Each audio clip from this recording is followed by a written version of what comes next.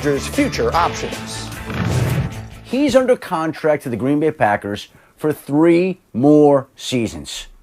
So they control him for 3 more seasons. Unless Aaron Rodgers says, I'm not going to play there anymore and I want to be traded. It would take a huge set of cojones to do that. But if that's what he wants to do, that's what he's entitled to do. He didn't pick Green Bay. Green Bay picked him. And now he's at the point in his career, with the way the NFL is set up, that he can pick where he wants to go. And it may be Green Bay. I'm just saying it may be Green Bay. So I've described myself on the radio as the Shefty Whisperer. And so I tell people all the time, he doesn't just say stuff. He's very measured about the things he will say. So if he's willing to say that, it is worth following. The big swagoo was getting up with us this morning. Marcus Spears, do you think there's a real chance we have seen the last of Aaron Rodgers in Green Bay?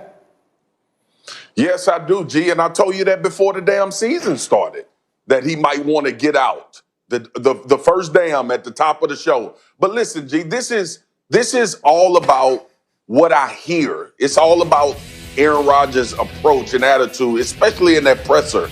When he was it felt reflectionary. It felt like I got to go evaluate what I need to do. And one thing about Aaron Rodgers, one thing he said in that press conference about we all are we don't know our futures. That's a lie. Aaron Rodgers knows his future. His future is whatever he wants it to be. He's earned those stripes in the league. He's played enough good football that people will be willing to give away a lot to get him if he said he didn't want to play in Green Bay anymore. So I hear all of that stuff, G, and you know I like to decipher. We talked about Gronk the year before he retired. I said, G, it sounds real reflectionary. It sounds like he's talking in the past tense when it came to New England and playing football. Here we go again. Aaron Rodgers gave us some subliminal. I'm going to take it for what it's worth because the offseason is almost here, and we need something like this to talk about. So Aaron Rodgers is in that mode of reflection when it comes to Green Bay, not when it comes to football. All right, Jeff Saturday, if you're the Green Bay Packers, are you letting him get anywhere near the door? Absolutely not. I mean, are you kidding me? You would be the dumbest organization in NFL history. I mean, you have the NFL MVP on your roster right now, and I don't care. Like Swagoo just said, there don't need to be any deciphering. Like his future is not uncertain. It's going to be either you're a Packer or you're retiring. Because if you let him go, whatever team he goes to is now a Super Bowl contender, possibly a favorite. Imagine if he went to Chicago, Greeny. Like, he's going to beat you down for the next 3 years, and you're going to get fired. The general manager will get fired. Mark Murphy, even though he's not an owner, they'll make him can't be an owner anymore anywhere. Like, the whole thing is going to get blown up all because you did something stupid. Whatever you got to do to Aaron Rodgers, take him to the best golf course in the world and make him feel good about whatever you got to do. He was passive-aggressive. He held his tongue about the draft until post-game NFC Championship, and then he let it out, Greeny. You just got to let this thing die and move on with the best quarterback in the game right now. That's it. That's all you can do.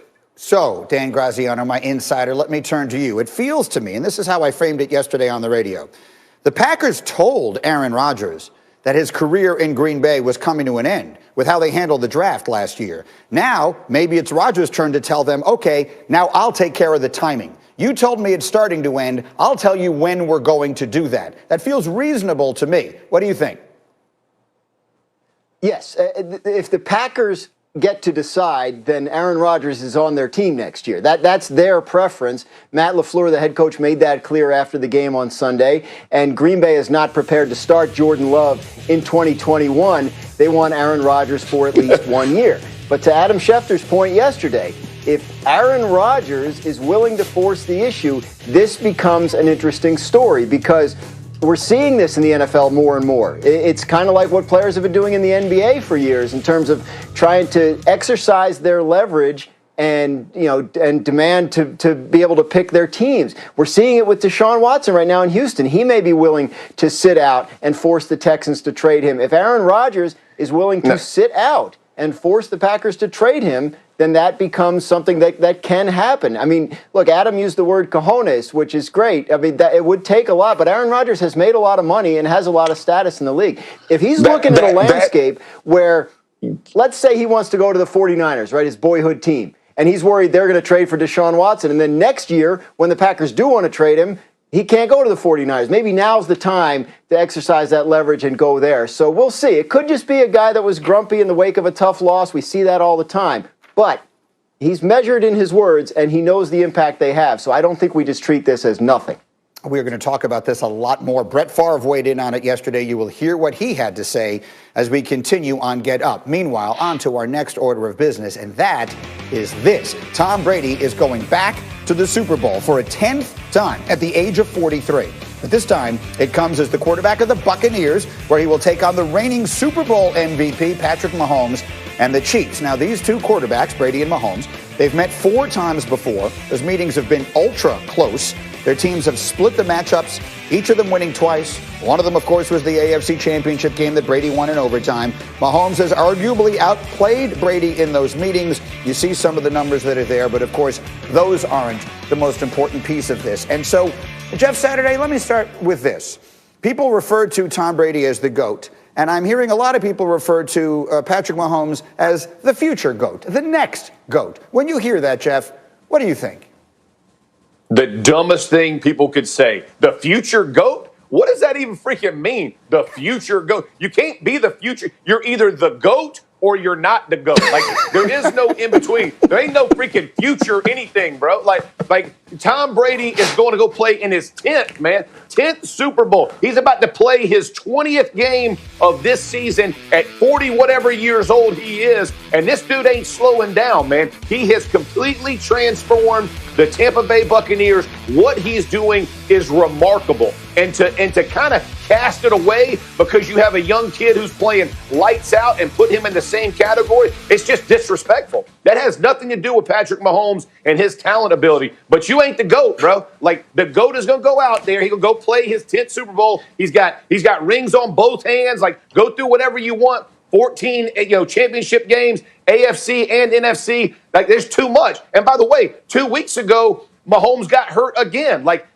to put somebody's career and fast forward it 20 years, I can't stand it. Like, the dumbest conversation you could have. You can say he's a great quarterback, best in the game right now. Don't talk about the GOAT nonsense until we get there. What do you think of that, Swaggo?